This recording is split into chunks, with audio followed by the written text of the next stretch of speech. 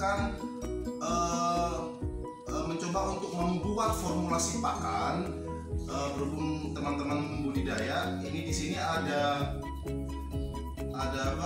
formulasi, yaitu kita akan membuat formulasi pakan itu dengan kandungan protein sebesar 32%. Nah, bagaimana? Mau tahu caranya? Nah, lihat sini.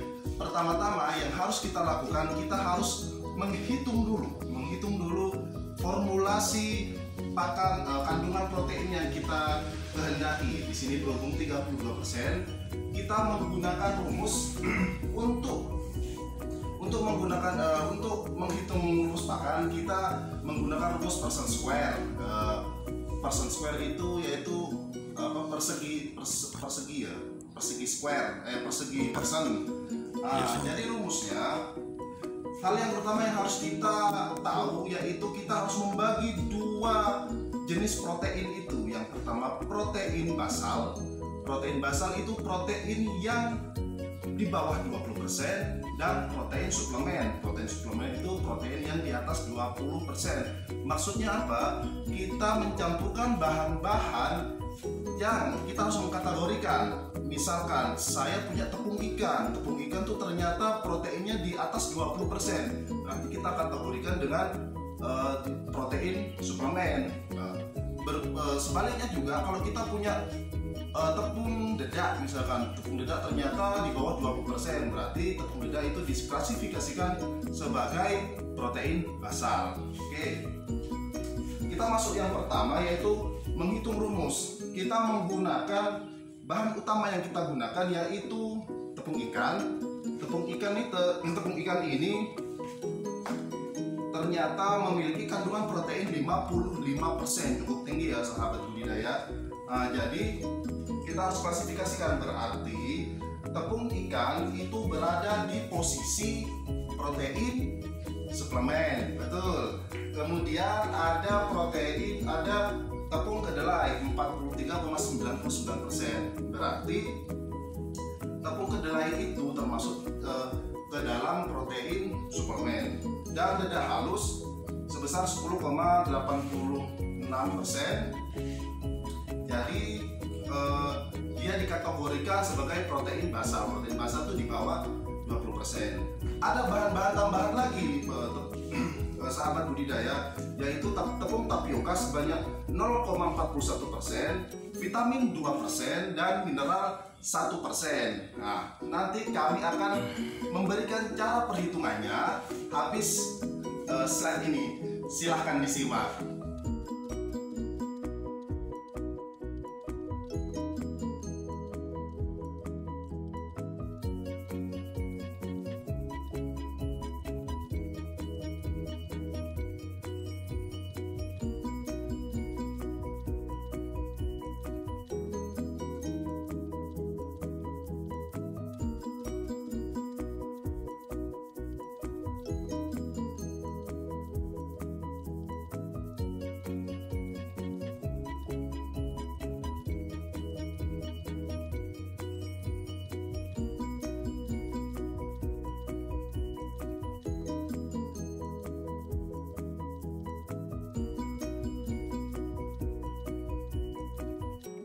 Sahabat budidaya, sekarang kita akan melakukan unjuk kerja, yaitu bagaimana cara proses untuk pencampuran bahan-bahan pakan ikan buatan. Yang pertama yaitu kita siapkan tepung ikan.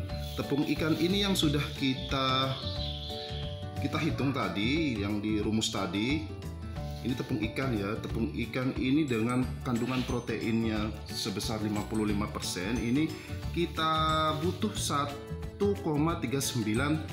kilo sesuai dengan perhitungan tadi. Kemudian kita campurkan, masukkan ke dalam wadah yang besar. Ya, setelah kita timbang, kita campurkan dengan bahan-bahan yang tadi. Nah, kemudian kita aduk. Nah, kemudian yang terakhir, bahan utama yang terakhir yaitu protein basalnya, kita menggunakan tepung dedak. Tepung dedak ini kita menggunakan 2,046 kg. Kita timbang dulu ya sahabat budidaya. Ya, kita masukkan tepung tapioka ya 20 gram. Tepung tapioka ini gunanya sebagai bahan perekat biar komponen semua bahan-bahan itu tidak hancur dengan cepat pada saat dikeringkan dan pada saat dikasih ke ikan. Kita campurkan tepung tapiokanya sebanyak 20 gram saja sahabat budidaya. Setelah semuanya tercampur, kita tinggal masukkan bahan penunjangnya, bisa berupa vitamin, mineral. Tapi sebenarnya vitamin dan mineral itu tergantung dari kebutuhan ketersediaan vitamin dan mineral di lokasinya sahabat budidaya. Nah, setelah semuanya tercampur, kita masukkan air sedikit demi sedikit sampai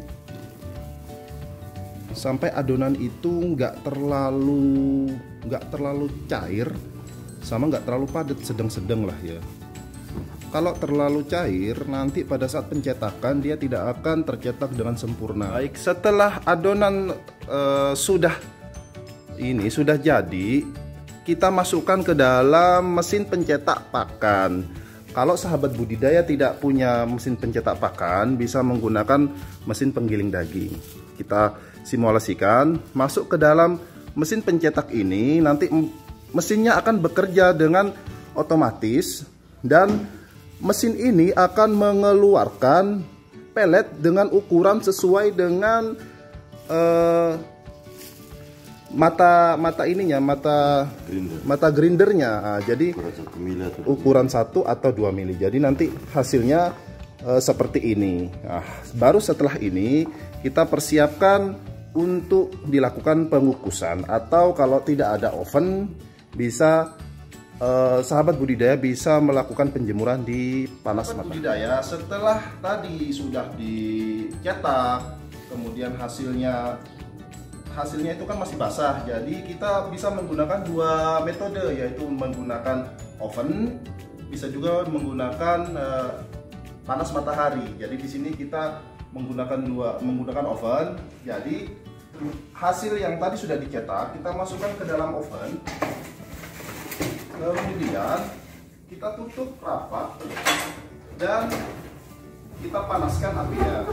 Di sini ada termometer. Termometer ini gunanya untuk mengendalikan suhu di dalam oven ini. Kita harus pastikan di dalam oven ini suhu itu tidak boleh lebih dari 100 derajat Celcius. Apabila kita melihat indikator termometernya itu sudah mendekati angka 100, bisa kita turunkan suhu oven ini, bisa dengan membuka secara pelan-pelan selama 5-10 menit biar suhunya itu turun.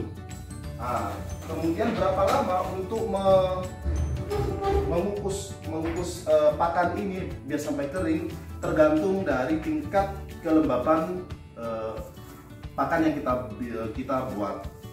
Biasanya 2-3 jam lah, 3 jam itu biasanya pakan itu sudah dalam keadaan kering. Oke, demikian sahabat budidaya penjelasan singkat dari kami tentang bagaimana proses melakukan perhitungan rumus perhitungan komposisi pakan, komposisi protein dalam pakan, dan tadi kita sudah demokan sedikit bagaimana cara meramu pakan dari awal sampai akhir. Semoga bermanfaat. Jadi tetap semangat dan tetap terus memajukan budidaya Indonesia.